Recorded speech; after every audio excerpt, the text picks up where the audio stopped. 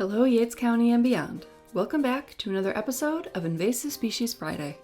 Through this short weekly podcast, we at the Yates CCE hope to bring you information about the invasive species you may see around this county. We're chewing the trees with this week's invasive, Sirex woodwasp. This forest pest was first determined to be established in North America in 2004 in Fulton, New York. It's native to Europe, Asia, and Northern Africa, where it normally attacks Scots, Austrian, and maritime pines. In North America, its pine species options are much greater, and it will attack red, loblolly, slash, ponderosa, lodgepole, Monterey, and occasionally white pines as well. The insect was brought over in contaminated wood packaging. Between 1993 and 2001, 103 shipments with Sirex woodwasp contaminated wood packaging were intercepted by USDA inspectors. A wasp was caught in a wood borer trap in 2004, and it was subsequently determined that the species had been there for several years. By 2020, it was found in New York, Pennsylvania, Vermont, Connecticut, Ohio, Michigan, New Jersey, Massachusetts, New Hampshire, Quebec, and Ontario, and it's continued to spread. Adult wood wasps have a blue-black head and thorax and black antennae. The abdomen of the females is also blue-black, and they have orange legs. The males have an orange abdomen and black hind legs. Both are 1 inch to 1.5 inches long. Wood wasps don't have the typical narrow waist normally associated with wasps, so differentiating them from other Hymenoptera is relatively easy. There are, however, native wood wasps in North America, so if you suspect you have found a Sirex, it's best to bring it to an expert to confirm. Unlike native wood wasps that only feed on dead and dying trees, Sirex wood wasps can also attack healthy trees. This is possible because of the species' symbiotic relationship with a fungus.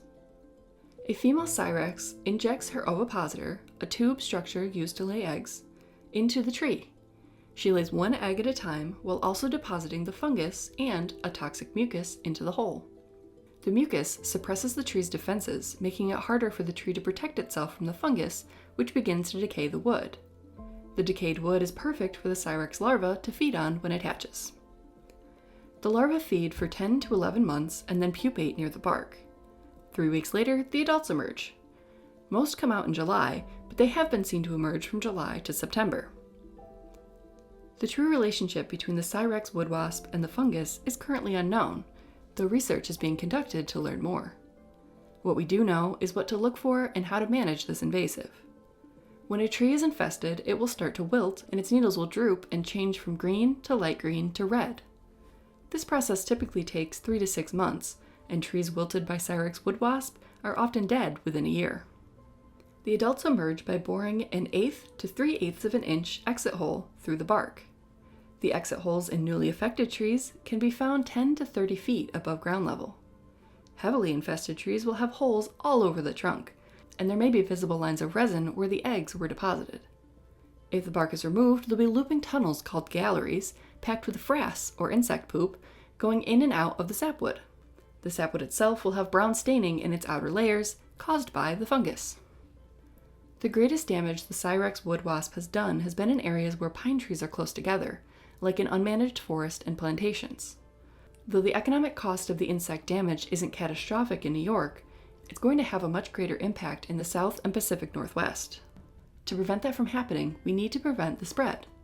Like many invasive species, the greatest distances are reached with help from humans. Don't move firewood. Ideally, you should not be moving firewood more than a few miles from where it was harvested. Transporting firewood that has not been heat treated by a certified company increases the risk of spreading tree-killing diseases and insects like Sirex woodwasp. If you find a tree that's infested, it's important to report it to iMapInvasives so we can accurately track where the insect is. There are biocontrol options that cause the female woodwasp to lay sterile eggs, but the nematodes need to be reared in the lab and injected into the tree. There aren't any chemical control methods against this invasive currently. The best way to handle or prevent an infestation in the Northeast is by following best management practices for your forest. It's important to keep the forest healthy overall by preventing overcrowding and encouraging diversity.